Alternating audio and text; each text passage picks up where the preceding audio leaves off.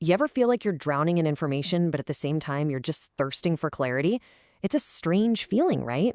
We have every fact imaginable at our fingertips, but somehow we're more confused than ever. Well, this explainer is all about tackling that exact contradiction, that growing gap between just being informed and actually becoming wise. Just let that sink in for a second. We're walking around with the entire world's knowledge right in our pockets. So you'd think we'd be amazing decision makers, right? But are we? Or does it just create this paralysis? This constant buzz of conflicting noise? This is the tension we're all trying to figure out every single day. And this really breaks down the whole conflict. See, on one side, you've got information. It's fast, it's designed to be gobbled up quickly, and it makes us reactive. It's basically digital fast food. But then on the other side, you have wisdom, and that is slow. It has to be cultivated, and it requires us to be reflective. We're talking about two completely different ways of engaging with the world. So, what's the first big problem this all creates? Well, it's the illusion of knowledge. It's when we start mistaking the simple act of consuming content for genuine, deep understanding. This is a really important question to ask yourself. As you're scrolling through your day, are you really integrating new ideas? Or are you just being exposed to a constant fire hose of headlines and video clips? Because, believe me, the difference between those two things is massive. And this is what happens. We end up knowing a little bit about, well, everything, but we don't truly understand almost anything. We can skim the surface of politics, science, you name it, because we saw the headlines.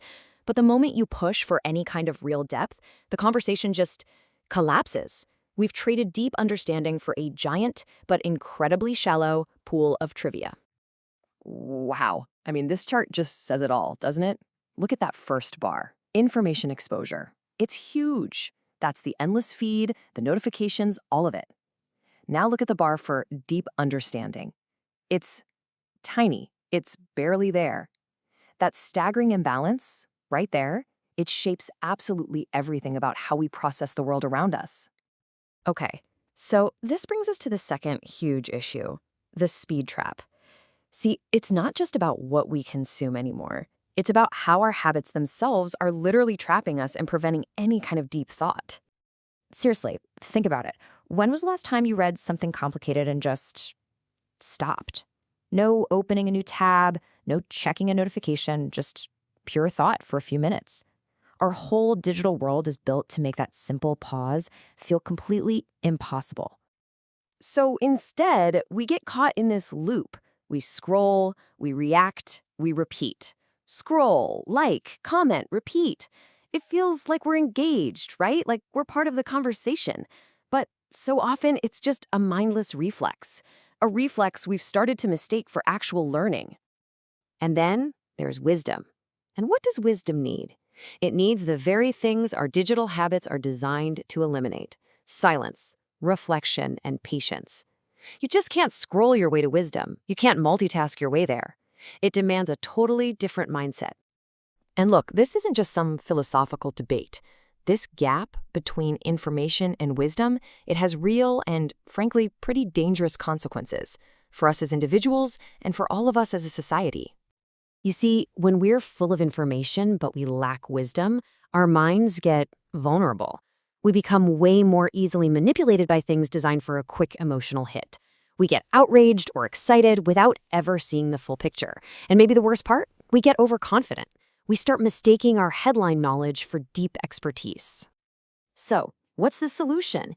Well, it's not about rejecting information altogether. It's about consciously choosing depth in a world that is relentlessly, and I mean relentlessly, pushing for shallowness. Let's be perfectly clear. There's no going back. Information is everywhere. It's as abundant as the air we breathe. It's just a permanent part of our world now. And yet, wisdom is still just as rare as it's ever been.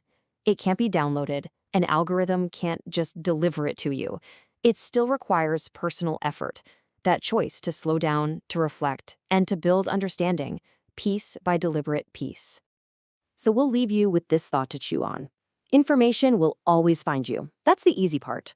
The real question is, where are you going to intentionally go to find wisdom?